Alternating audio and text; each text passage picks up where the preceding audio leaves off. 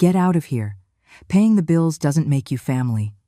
Those were the exact words my own son, Kevin, shouted at me during the family Christmas gathering in front of all our relatives.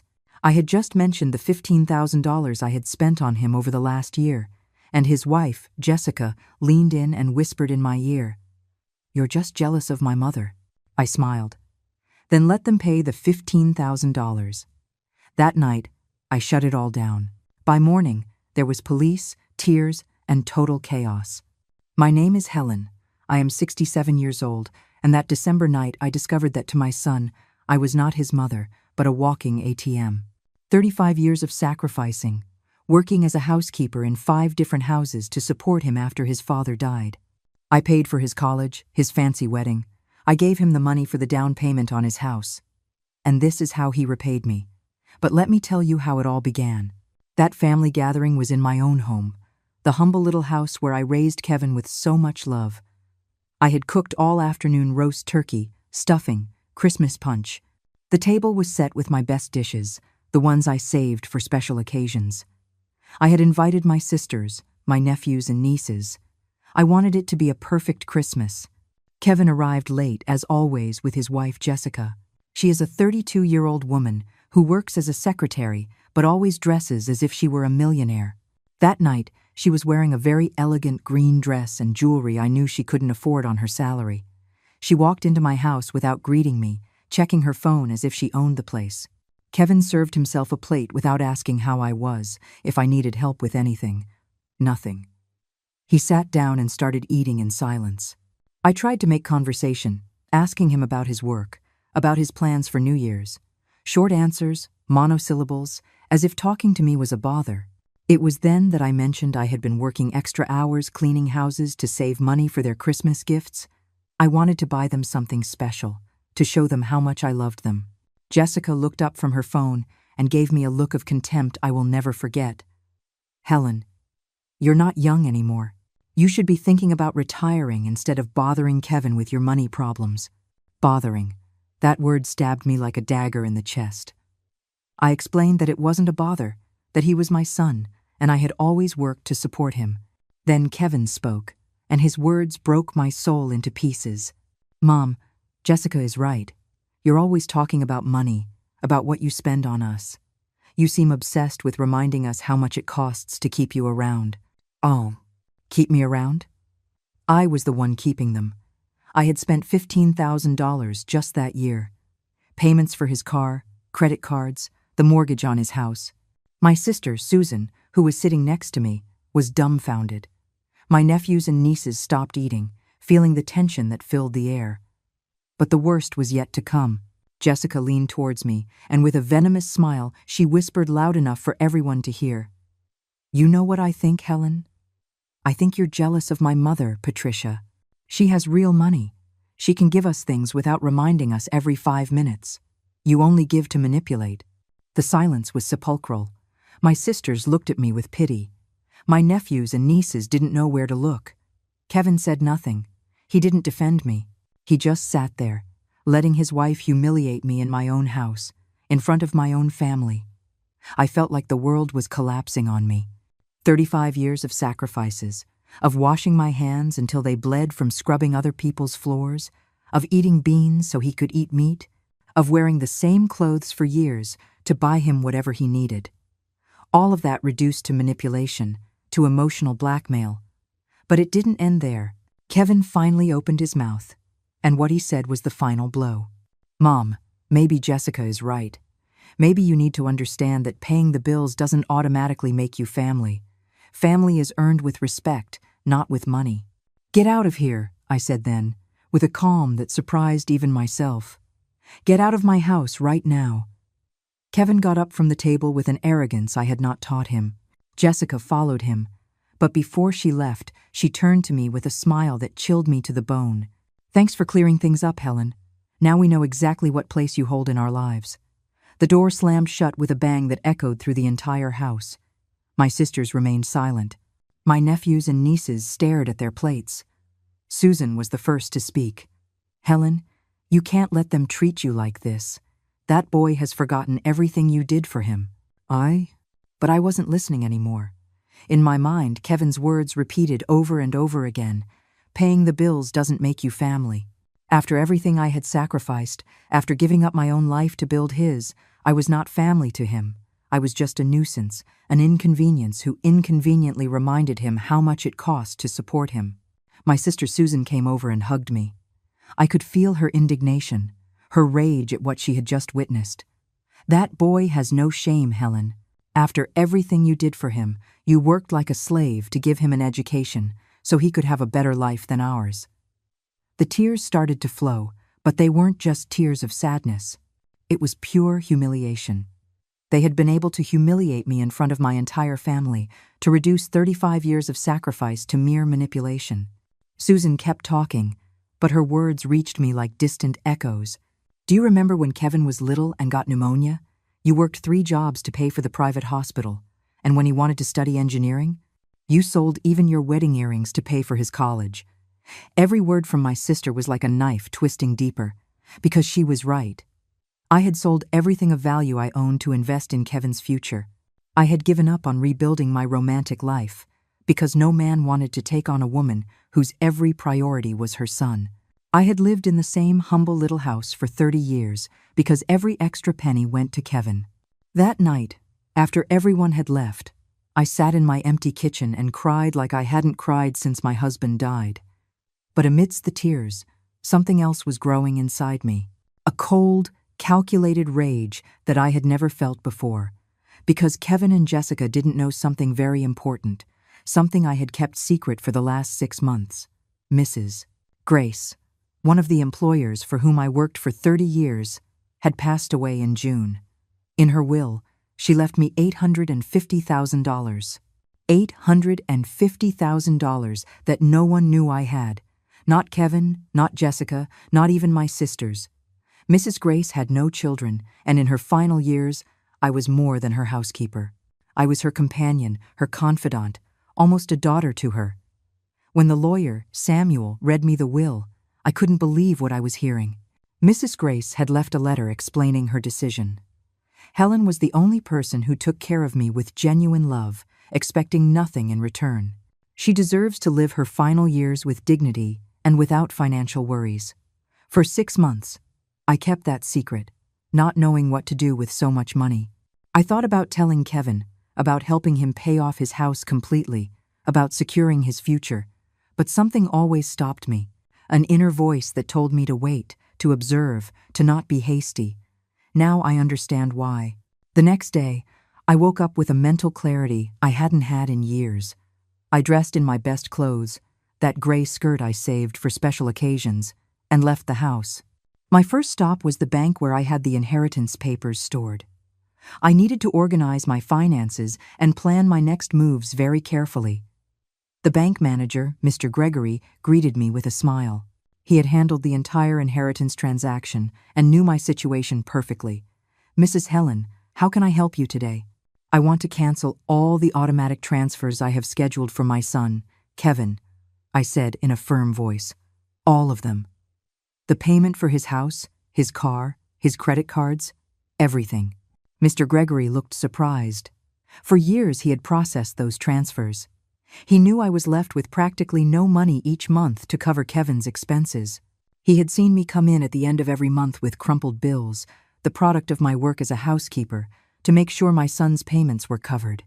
"Are you sure, Mrs. Helen? These are significant payments. The mortgage payment, the car loan, 3 different credit cards. We're talking about almost $3,000 a month. Completely sure. And I want the cancellation to be effective immediately." "I signed all the necessary papers, Mr. Gregory explained that Kevin would receive notifications from all the banks and companies informing him that the payments had been suspended, that he would have about a week before they started charging him late fees. 1 week. Kevin would have 1 week to realize his personal ATM had stopped working. My next stop was a boutique downtown, an elegant place I had never entered because everything seemed too expensive. But that day was different. I had $850,000 in the bank and 35 years of sacrifices to make up for. The saleswoman, a young, elegant woman, looked me up and down when I walked in. She probably thought I had mistaken the store, that a 67-year-old housekeeper had no business there. "How can I help you?" she asked with a forced smile. "I want a dress," I said. "Something elegant. Black, because I'm going to a funeral." I wasn't lying. I was going to the funeral of submissive Helen, of the Helen who swallowed insults, of the Helen who believed love was demonstrated by letting herself be humiliated. That Helen had died last night in my kitchen. The dress I chose cost more than my monthly salary as a housekeeper. Black, elegant, with a cut that made me look like what I now was, a woman with power. I also bought myself high-heeled shoes, a genuine leather handbag, and pearl earrings. I left that boutique feeling like a completely new person. That afternoon, as I was walking downtown with my purchases, my phone rang. It was Kevin. For the first time in years, he was calling me. "Mom, I need to talk to you. Something weird happened with the banks." His voice sounded worried, confused, almost desperate. I smiled as he continued to speak. "I got like 10 different notifications saying automatic payments were canceled. It must be a system error. You didn't change anything in your account, did you?" "How strange, Kevin," I replied in the sweetest voice I could manage. "And what were those payments for?" "You know, Mom, the usual. The house, the car, the cards. The payments you help us cover." Now he was saying, "help us." It was no longer manipulation, no longer an obsession with money. Now it was help. How quickly words change when you need something. "Kevin, last night you and your wife made it very clear to me that paying the bills doesn't make me family. So I decided to stop paying bills." The silence on the other end of the phone was glorious. I could imagine his face, his panic, his desperation as he processed what he had just heard. "Mom, wait. You can't do that. I have commitments, obligations. If I don't pay the mortgage this month, they're going to charge me interest. The bank could start foreclosure proceedings. And what does that have to do with me, Kevin? You yourself said that paying bills doesn't make me family, so I'm not responsible for the bills of someone who is not my family." "But Mom, I didn't mean..." "You didn't mean what? That I'm an ATM? That I'm obsessed with money? That I manipulate with my payments? Because that's exactly what you said." Kevin's voice began to break. It was the first time in years I had heard him like this, vulnerable, scared, but it was too late for regrets. "Mom, please, we need to talk. Come to the house, we can fix this." "No, Kevin, your house is your problem now. I have my own plans." I hung up the phone and turned it off. For 35 years I had been available 24 hours a day. That, too, was over. That same afternoon, I took a taxi to the most elegant hotel in the city, the Grand Plaza, a place I had only been to once, when I dropped off clean clothes for one of my employers who was staying there. I never imagined that one day I would be the guest. The receptionist looked at me strangely when I asked for the most expensive suite available. An older woman, dressed in simple clothes, asking for luxury accommodation. But when I took out my new credit card, the one the bank had given me after the inheritance, her attitude changed completely. "It will be a pleasure to have you, Mrs. Helen. How many nights will you be staying with us?" "1 week, to start." The suite was larger than my entire house. It had a living room, a bedroom with a huge bed, a bathroom with a jacuzzi, and a spectacular view of the city. I sat on the leather sofa, and for the first time in decades, I allowed myself to breathe without worry. The next day, my phone started ringing nonstop. Kevin, Jessica, unknown numbers. I decided to turn it on just to listen to the voicemails.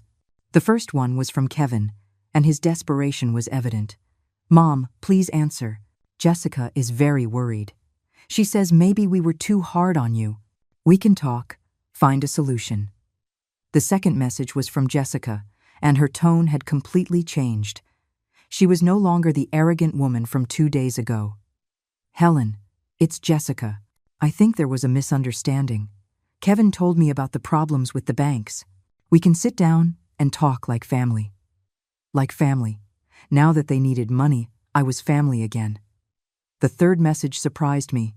It was from Patricia, Jessica's mother, the rich woman I was supposedly jealous of. "Mrs. Helen, this is Patricia.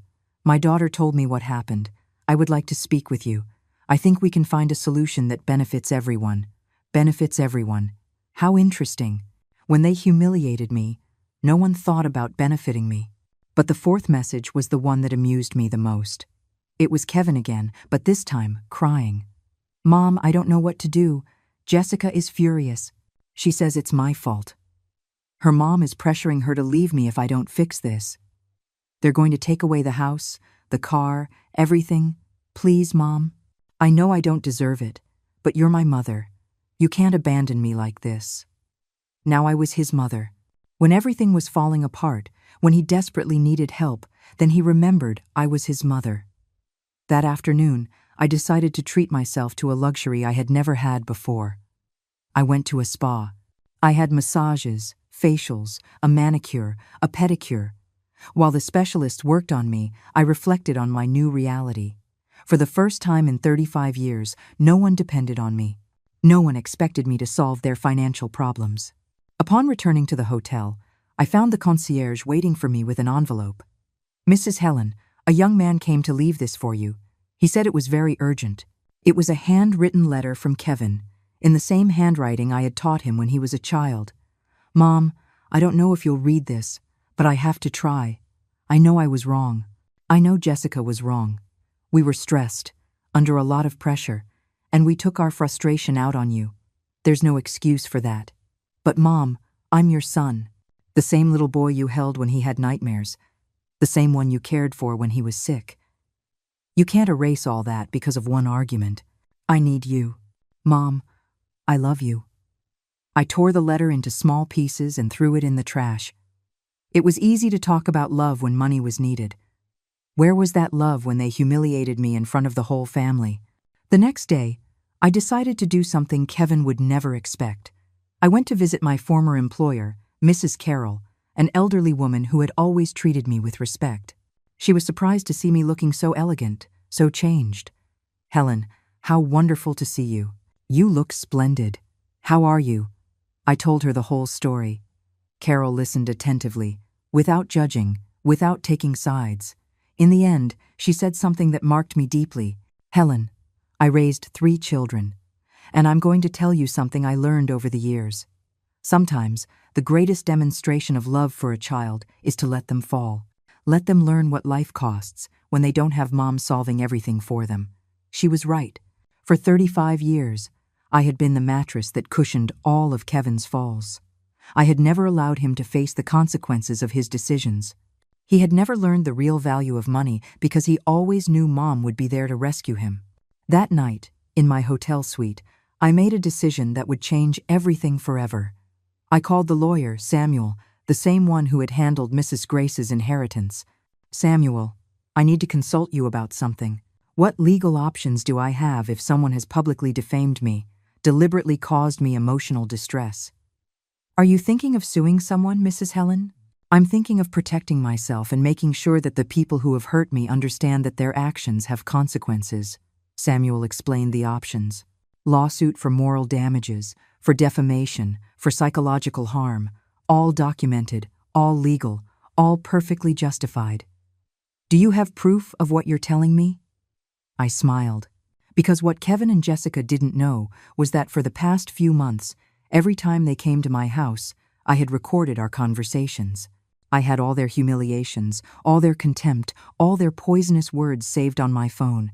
"Samuel, I have more proof than you can imagine." Samuel reviewed the recordings I brought to his office. His expression changed completely as he listened to the words of Kevin and Jessica, especially when he got to the part where Jessica whispered about me being jealous of her mother and Kevin declaring that paying bills didn't make me family. "Mrs. Helen, this is more than enough for a lawsuit for moral damages. The humiliations were public, deliberate, and clearly caused emotional harm. Furthermore, we have the aggravating factor that you are a senior citizen, which increases the severity of the case." "Perfect. I want you to prepare everything, but first, I'm going to give them one last chance to apologize publicly." "One last chance?" "Yes. I want to see how far they are willing to go.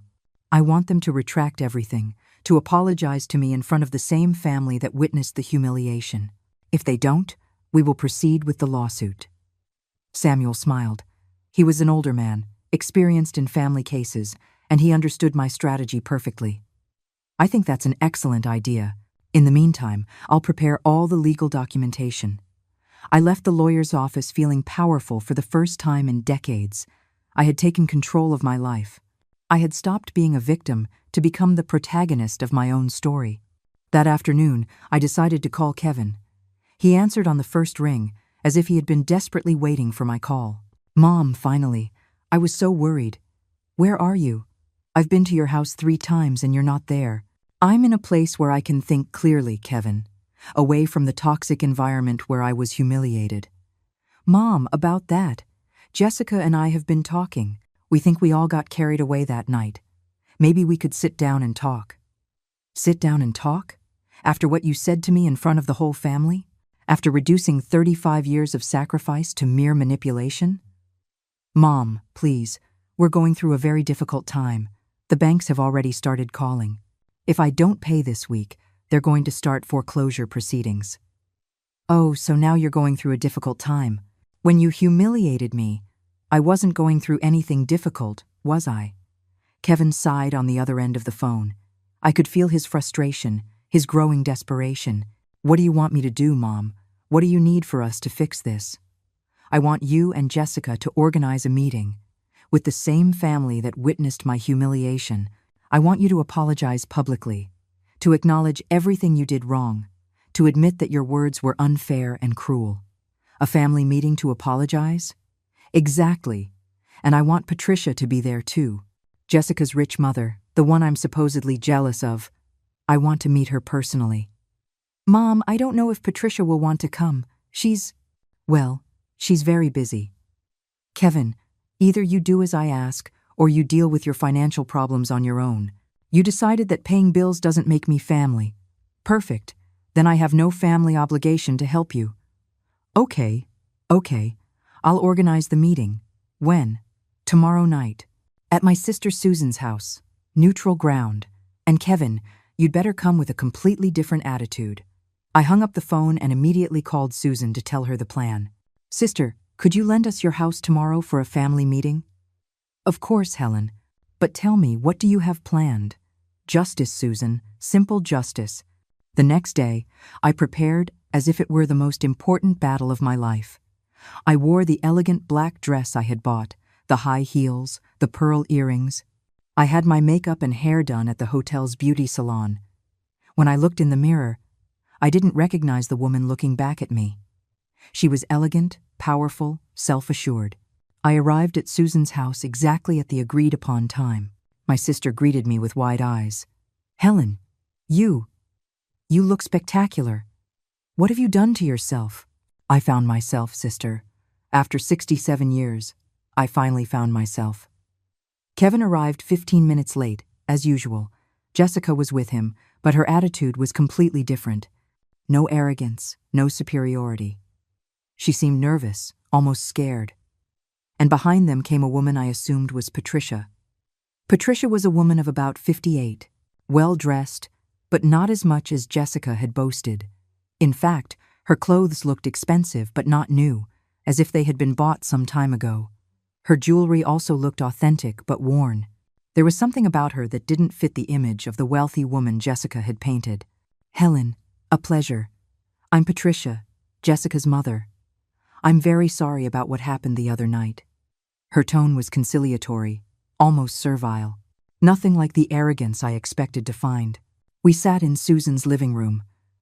Kevin and Jessica on one sofa, Patricia in a chair, me in the main armchair. My sister remained standing, a silent witness to what was about to happen. Well, you told me you wanted to apologize, I began in a calm voice. I'm listening. Kevin cleared his throat, clearly uncomfortable.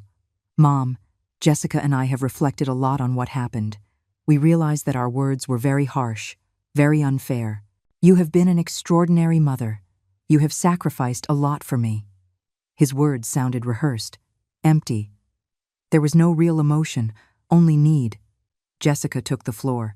Helen, I also want to apologize. I was stressed that night, with a lot of pressure from work, and I said things I shouldn't have. You are an admirable, hard-working woman, and you deserve respect. More hollow words. I could see in their eyes that they just wanted to get this charade over with so they could ask me for money again. "And you, Patricia, do you also apologize?" I asked her directly.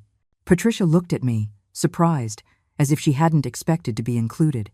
"Well, I wasn't present that night, but if my comments through Jessica offended you in any way, of course I apologize." "Your comments through Jessica? Do you mean when your daughter told me I was jealous of you because you have real money?" The silence was sepulchral. Patricia became visibly nervous. Jessica looked at her in panic. It was clear that some lies were about to come to light. "Well, that must have been a misunderstanding." I smiled. It was the perfect moment for the first revelation. "How curious, Patricia. Because according to my investigations, you don't have as much money as you claim. In fact, I understand you're quite in debt." Patricia's face turned completely pale. Jessica looked at her in horror, as if she had just discovered that her whole life had been a lie. Kevin understood nothing, but he could feel the tension filling the room. "Investigations?" Patricia stammered. "I don't know what you're talking about." I took out a folder I had brought with me. Samuel had been very efficient in getting information. "Patricia Ramirez, 58 years old. Divorced 3 years ago. Your ex-husband got most of the assets in the divorce because he discovered you had been spending compulsively and hiding debts. You currently owe $200,000 between credit cards, personal loans, and a mortgage that is in default." The silence was so thick you could cut it with a knife. Jessica stared at her mother as if she were seeing her for the first time in her life. "Mom, is that true?" Jessica whispered. Patricia tried to regain her composure, but her voice trembled as she spoke. Those are private matters. You have no right to investigate my personal life. I have every right when you allow your daughter to humiliate me using your supposed wealth as an excuse. When she tells me I'm jealous of your money, when in reality, you don't even have enough to pay your own debts." Kevin finally spoke, his voice confused. "Jessica, I don't understand. You always said your mom was a millionaire, that she had properties, investments." Jessica couldn't even speak. Tears began to roll down her cheeks as the truth crumbled before everyone. I continued reading the report. "What's more, Patricia works as a sales associate at a department store, with a salary that barely covers her apartment rent. The jewelry she wears are imitations bought from second-hand stores. The car she drives is about to be repossessed." "That's enough," Patricia shouted, completely losing her composure. "You have no right to expose my life like this." "I have no right? Just as you had no right to allow your daughter to humiliate me based on lies? Just as you had no right to make me feel inferior for not having your supposed money?" Jessica finally found her voice, but it was barely a broken whisper. "Mom, why did you lie to me? Why did you make me believe we were rich?" Patricia completely broke down. Tears streamed down her face as the truth came pouring out. "Because I wanted you to be proud of me. Because when your dad left me, I was left with nothing. I lost the house, the cars, everything. But I didn't want you to know that your mother was a failure." Patricia's sobs filled the room. Jessica looked at her with a mixture of horror and compassion, while Kevin tried to process all the information. "So when Jessica told me I was jealous of her rich mother," I continued, "she was actually defending a woman who is more in debt than I ever was." "How ironic." Kevin finally reacted, turning to Jessica with fury. "Are you telling me we humiliated my mother based on lies? That your rich family you boasted so much about doesn't exist?" "I didn't know," Jessica cried out. "My mother lied to me my whole life." "But that doesn't justify what you did to me," I interrupted. "Whether you lied about your financial situation or not, the contempt was real, the humiliation was real, the pain you caused me was real." I got up from the armchair and walked over to Kevin. "Do you know what the saddest part of all this is, son? That while you believed you were superior to me, while you treated me like a nuisance, I had $850,000 in the bank. The 3 people in front of me were petrified." Kevin opened his mouth, but no sound came out. Jessica stopped crying from the shock. Patricia slowly raised her head. "What did you say?" Kevin murmured. $850,000. An inheritance I received 6 months ago from Mrs. Grace, for whom I worked for 30 years. Money I planned to use to secure your future, Kevin. Money I was going to invest in a bigger house for the whole family. I took out my bank statement and showed it to him. His eyes widened as he saw the figure. Impossible, Jessica whispered. Very possible. It turns out the housekeeper you both despised is richer than your entire family combined. The woman who was supposedly jealous of Patricia's feigned poverty could actually buy and sell everything you own 10 times over. Kevin stood up abruptly. Mom, why didn't you tell us? Why did you keep it a secret? Because I wanted to see who you really were, when you thought I had nothing to offer. I wanted to see if you would respect me as a person, or only as a source of money. The answer became very clear that Christmas night, I continued. When you thought I was just a poor housekeeper, you treated me like trash. You humiliated me. You despised me. You told me that paying bills didn't make me family. Patricia finally spoke, her voice trembling. Mrs. Helen, if we had known— What? You would have treated me better? You would have feigned respect for my money? That's exactly the problem. Respect shouldn't depend on how much money someone has in the bank. Susan, who had been quiet all this time, finally spoke. Helen is right. I saw how they treated her that night. It was cruel, unfair, and painful to witness. Kevin approached me, tears in his eyes. Mom, I made a terrible mistake. I didn't know, I didn't think, I didn't measure my words. But I'm your son. You have to forgive me. I have to forgive you? Why? Because now you know I have money?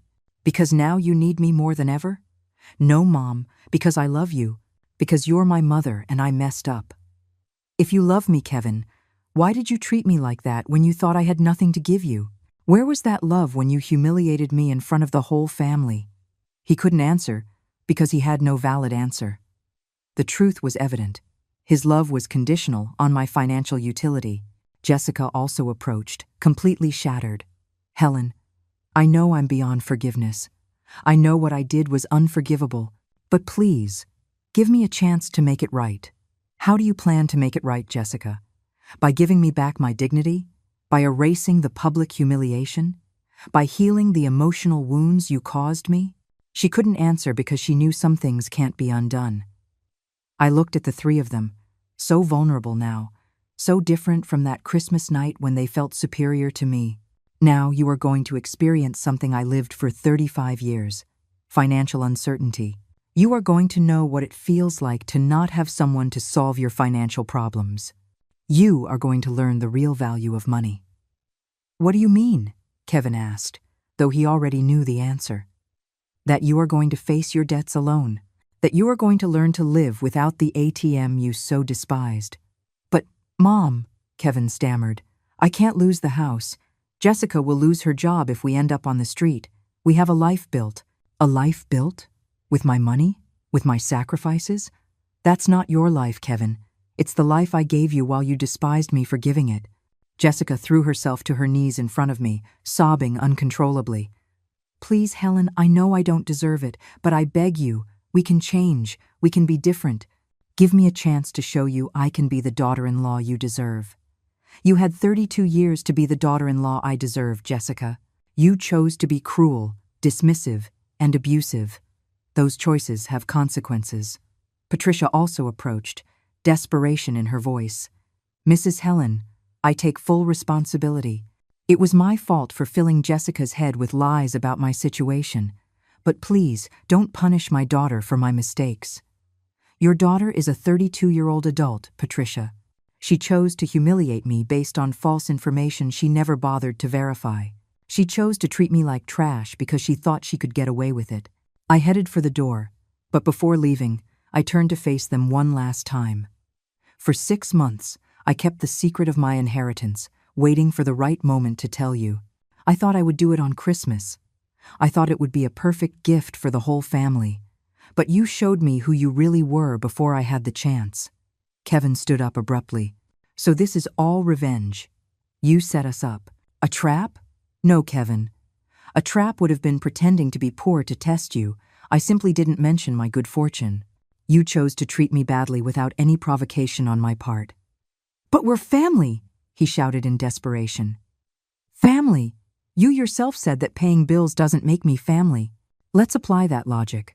Humiliating, despising, and mistreating doesn't make you family either. I left Susan's house feeling liberated, but also emotionally exhausted.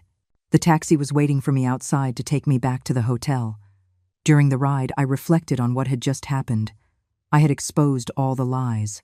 I had revealed my true situation, but I knew this was just the beginning. When I got to the hotel, I found multiple messages on my phone. Kevin had called 20 times in the last 30 minutes. Jessica had sent desperate text messages. Even Patricia had somehow gotten my number and had left pleading voicemails. I decided to listen to just one of Kevin's messages. "Mom, please don't do this. I know we messed up. I know we were cruel to you, but we're your family. We're all you have in this world. Without us, you'll be alone forever. Is that what you want? To be alone with your money?" His words infuriated me more than all the insults from Christmas night. Now it turned out that I needed them, that without them, I would be alone forever. The same emotional manipulation, but now with added desperation. I immediately called Samuel. "Attorney, proceed with the lawsuit. I want you to file all the documents tonight." "Are you sure, Mrs. Helen? Once we initiate the legal process, there's no going back." "Completely sure. I want you to sue for moral damages, defamation, and psychological harm. I have the recordings. I have witnesses. I have everything you need." "Perfect. I will file the lawsuit tomorrow morning. What amount do you consider appropriate?" $100,000. And I want it to be public. I want the whole city to know what they did to me. The next day, the lawsuit was the talk of the entire neighborhood. The lawyer had contacted a local journalist, and the story of the millionaire housekeeper suing her ungrateful son spread like wildfire. My phone wouldn't stop ringing. Unknown numbers, reporters wanting interviews, curious neighbors. But the calls that hurt the most were from Kevin, increasingly desperate, increasingly pleading. I decided to answer one of his calls, the 10th of the day.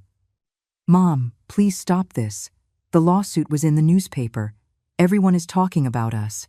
Jessica lost her job. They fired her because of the scandal. The neighbors pointed us on the street. And how do you think I felt when you humiliated me in front of the whole family? How do you think I felt when you treated me like trash?" "But Mom, this is too much. It's one thing for you to leave us without money, but to ruin our reputations, our jobs, our lives. It's one thing to make a mistake, Kevin. It's another thing to deliberately humiliate your mother for years and then expect no consequences." It wasn't years. It was one night. One night? Do you really think it all started that Christmas night? How many times did Jessica treat me with contempt? How many times did you make me feel like I was a burden? How many times did you ignore my feelings? Kevin fell silent because he knew I was right. The contempt had been constant, gradual, systematic. Christmas night had just been the last straw. "Mom, okay, I accept that we were cruel.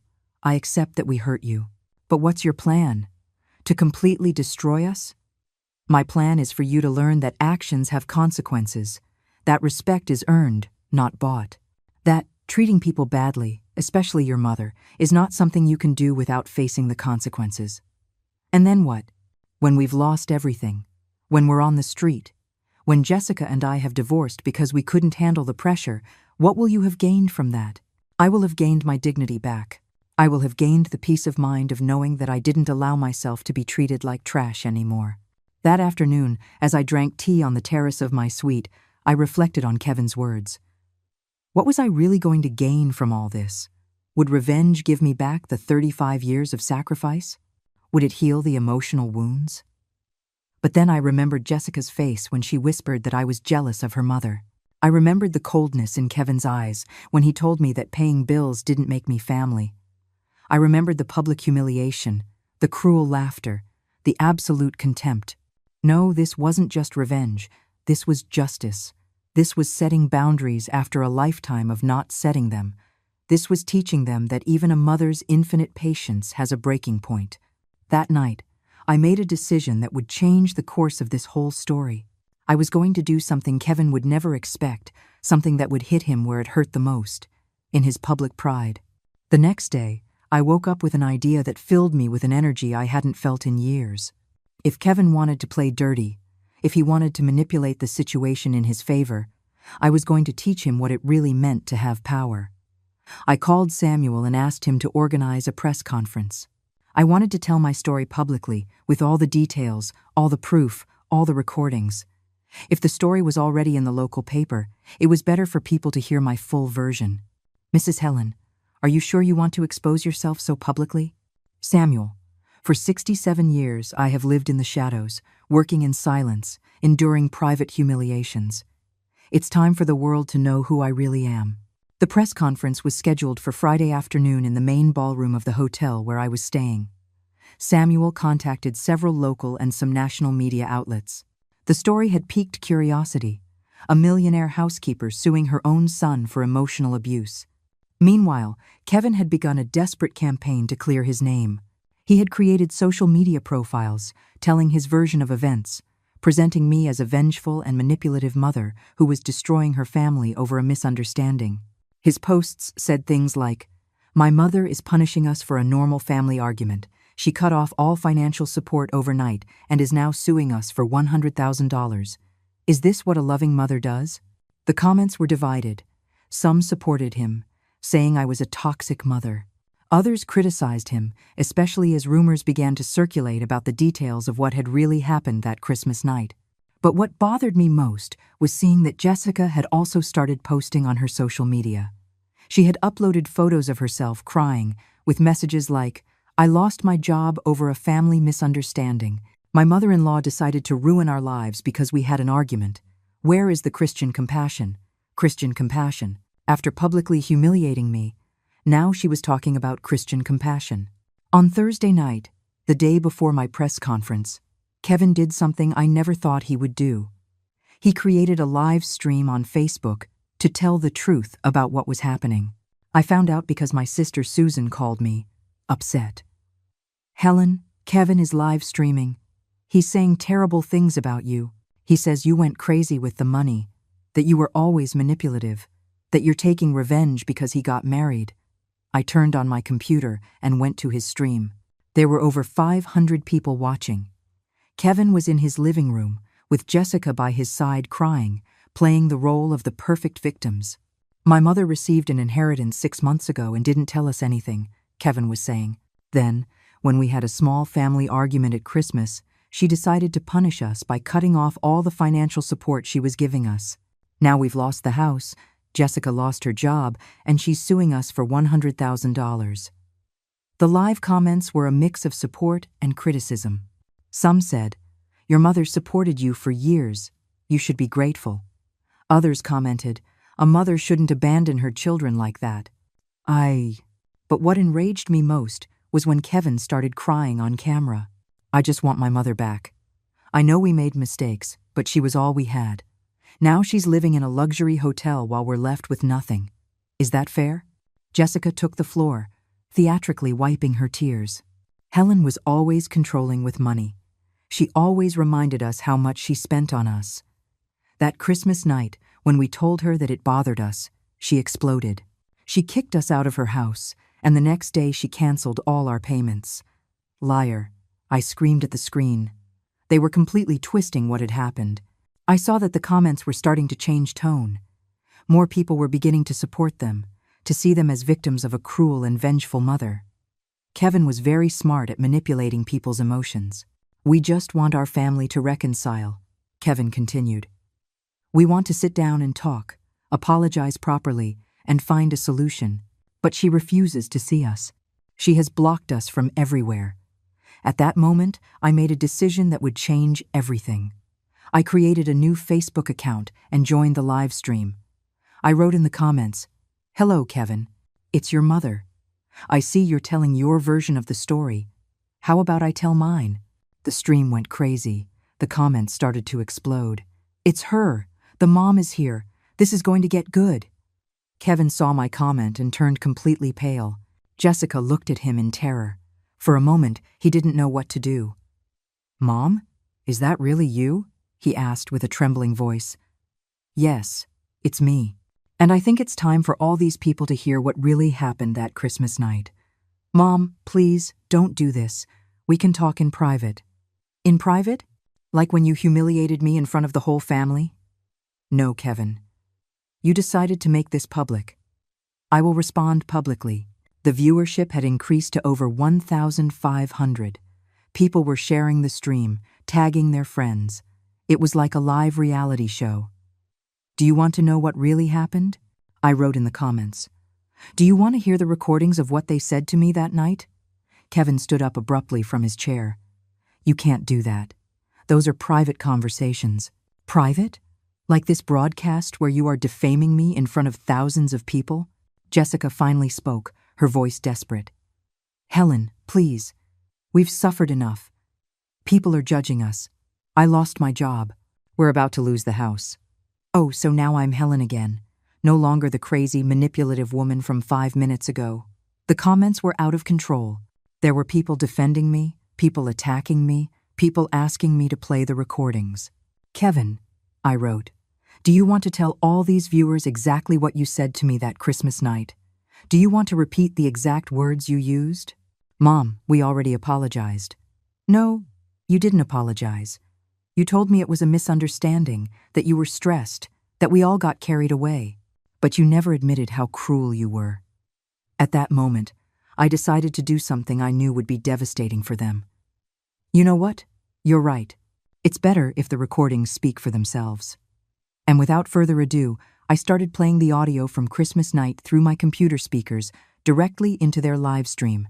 Jessica's voice came through, clear and crisp. You're just jealous of my mother. She has real money. Then Kevin's voice. Paying the bills doesn't automatically make you family. The silence on their stream was absolute. The comments exploded with outrage towards them. The comments on the stream turned into an avalanche of criticism against Kevin and Jessica. What ungrateful children. Poor lady. They deserve everything that's happening to them. Kevin tried to defend the indefensible, but his voice sounded desperate and unconvincing. Those recordings are taken out of context, he stammered. There was an argument. We all said things we regret. I continued playing more parts of the audio, Jessica's contemptuous voice saying I was obsessive about money, the cruel laughter when I mentioned my sacrifices, the exact moment when Kevin told me I sounded like a complaining ATM. Every second of audio was more devastating than the last. The viewership of the stream increased to over 3,000 people. The story was going viral in real time. This is what you call a small family argument, I wrote in the comments. Humiliating a 67-year-old mother in front of her entire family. Jessica tried to take control of the situation. Helen, I understand you're hurt, but this isn't going to repair our relationship. This is just making things worse for everyone. Repair our relationship? What relationship, Jessica? The one where you treat me like trash and I pretend it doesn't hurt? The comments were relentless. That daughter-in-law is a snake. The son is ungrateful. Mrs. Helen, you did the right thing. Kevin finally lost his composure completely. That's enough, Mom. You're destroying our lives. People are attacking us on the streets. Jessica can't even leave the house. And how do you think I felt when you attacked me that night in my own house? When you made me feel like a stranger in my own family? At that moment, I decided to play the most painful part of the recording. The moment when Kevin told me to get out of my own house and Jessica's final words. Thanks for clearing things up, Helen. Now we know exactly what place you hold in our lives. The silence after those words was sepulchral. Even the comments paused for a few seconds, as if everyone was processing the cruelty of what they had just heard. Then, the comments exploded with a fury I had never seen. They are monsters. How can they treat their mother like that? They deserve to lose everything. Mrs. Helen, don't give them a single penny. Kevin stood up abruptly and tried to end the stream, but it was too late. Thousands of people had already recorded clips of the stream and were sharing them on all social media platforms. Before he could end the stream, I wrote one last comment that I knew would be devastating. For everyone watching this, for 35 years, I worked as a housekeeper to give this man the life I never had. I paid for his college, his wedding, his house, his car. I spent my last savings on him. And this is how he repaid me. Now that I have my own money, that I no longer need to be his ATM, he wants to play the victim. The only victim here is me. Kevin abruptly ended the stream, but the damage was already done. In less than an hour, clips of the stream were circulating all over the city. The neighbors who used to greet him now pointed at him with contempt. The store where Jessica had worked issued a statement saying they had fired her for representing values contrary to those of the family-owned company. My phone wouldn't stop ringing. Reporters, television shows, even producers of entertainment programs wanted to interview me. The story had transcended local boundaries and was becoming a national phenomenon. That night, I decided to cancel the press conference I had planned. It was no longer necessary. The live stream had accomplished more than any formal event could have. The next day, I woke up to a call from Samuel. "Mrs. Helen, did you see the news?" The story was on national programs. They're calling Kevin the most ungrateful son in the country. I turned on the television, and sure enough, my story was on every channel. Morning shows, news programs, entertainment shows. Everyone was talking about the case of the millionaire housekeeper and her ungrateful son. What was most shocking was seeing that they had managed to get interviews with my former employers. Mrs. Carol, for whom I had worked for 15 years, was on television defending me. "Helen is the most hardworking and noble woman I have ever known," Carol said in the interview. "She never missed a day of work. She was always worried about saving money for her son. To see how they treated her is heartbreaking." Another of my former employers had also been interviewed. Helen sacrificed her whole life for that boy. She worked in 3 houses simultaneously to pay for his studies. We saw her come home exhausted, but always with a smile because she knew she was building her son's future. The testimonials continued throughout the morning.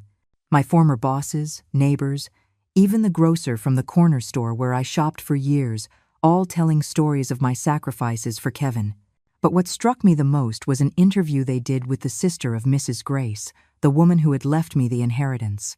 "My sister Grace always said that Helen was like a daughter to her," the woman explained.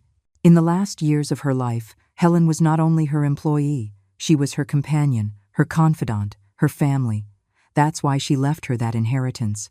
Because she knew that Helen had cared for her with genuine love, not for personal gain." As I was watching the news, my phone rang. It was a number I didn't recognize. "Mrs. Helen? This is Maria Sanchez from the show Justice for All. We would like to invite you to our program to tell your full story." Over the next few days, the invitations kept pouring in. Radio shows, television programs, even a publishing house that wanted me to write a book about my experience. Meanwhile, Kevin and Jessica's lives were falling apart publicly. Social media had turned them into social pariahs. Jessica couldn't find a job anywhere because her name was associated with the scandal. Kevin had lost several clients at his engineering job because companies didn't want to be associated with someone who had mistreated his elderly mother. The bank finally foreclosed on their house. They were seen leaving with their belongings in boxes, while neighbors recorded them and uploaded the videos to social media. The comments were ruthless. "They deserve it. Divine karma. Now they'll know what it's like not to have mom." A week after the viral stream, I received an unexpected call. It was Patricia, Jessica's mother. "Mrs. Helen, please. My daughter is destroyed. Kevin is depressed. They are living in my 1-bedroom apartment, sleeping on the floor. Don't you think they've suffered enough?" Enough? After 1 week? I suffered for 35 years. "Patricia, they created this situation. They chose to humiliate me publicly. Now they are facing the consequences of their actions. But they're thinking about divorce. Jessica says she can't take the social pressure anymore. Is that what you want? To completely destroy their marriage?" The truth was, I didn't know what I wanted. The revenge had been more satisfying than I expected, but also more devastating. Seeing their public destruction gave me a bittersweet feeling. It was justice, but it was also painful to see the son I had raised with so much love suffer. That night, as I looked at the city from the terrace of my suite, I reflected deeply on everything that had happened. The revenge had been complete, devastating, public. Kevin and Jessica had lost everything: the house, the job, the reputation, the dignity. But something inside me didn't feel completely satisfied. Maybe it was because, despite everything, Kevin was still my son. The same little boy I had held in my arms when he had a fever, the same one I had comforted when he had nightmares, the same one for whom I had sacrificed everything for 35 years. But then I remembered his exact words. Paying the bills doesn't make you family. And the satisfaction filled me again. The next day, Samuel called me with news I didn't expect. Mrs. Helen, Kevin wants to withdraw his defense in the lawsuit. He is willing to accept full responsibility and pay you the $100,000 for moral damages. $100,000? With what money? He's completely broke. He says he'll get a loan, that he'll sell everything he has left, that he'll work day and night until he pays it off. He just wants this to be over. The irony was perfect. The man who had told me I was an ATM was now willing to go into debt up to his neck to pay me. The one who had despised my money was now pleading with his own. But then Samuel told me something that surprised me. He also asked me to give you a personal message. He says he understands if you never forgive him, that he accepts that he destroyed the relationship with the only person who truly loved him. He says he's not asking for forgiveness because he knows he doesn't deserve it. He just wants to pay you what he owes you and disappear from your life forever. Disappear from my life forever. For weeks I had fantasized about those words, but now that I heard them, they hurt more than I expected. That afternoon, I decided to do something no one expected. I took a taxi to Patricia's apartment, where I knew Kevin and Jessica were living. It was an old building in a neighborhood I had known very well in my days as a housekeeper. I knocked on the door of apartment 3B. Patricia opened it, her face a mask of total surprise. "Mrs. Helen, what are you doing here?" "I came to talk to Kevin, for the last time." Kevin appeared behind Patricia. He looked completely different. He had lost weight, had deep dark circles under his eyes. His hair was disheveled. He looked like a man who had aged 10 years in 2 weeks. "Mom," he murmured in a broken voice, "I wasn't expecting to see you. We need to talk, alone."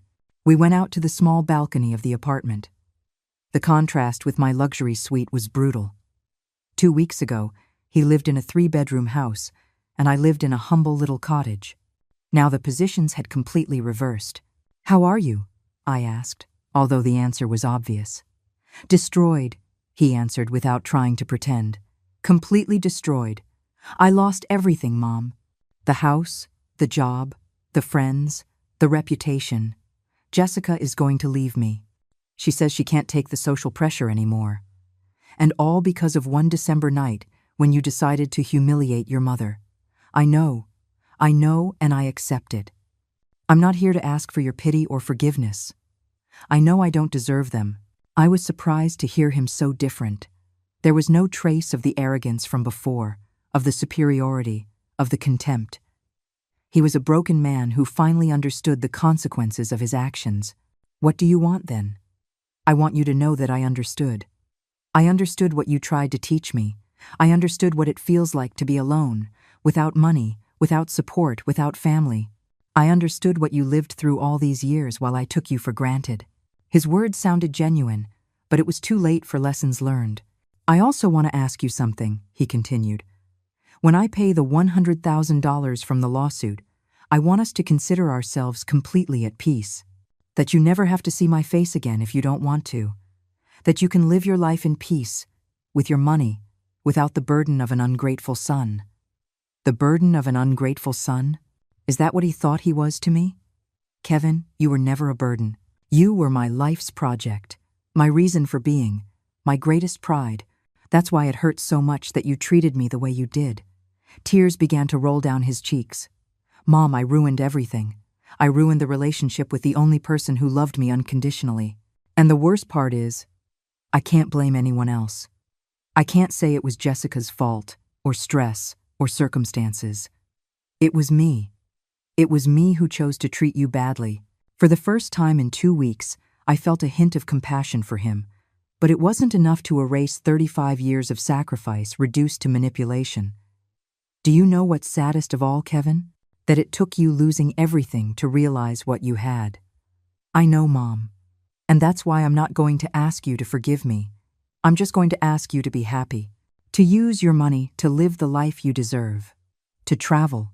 To spoil yourself. To do everything you couldn't do because you were taking care of me."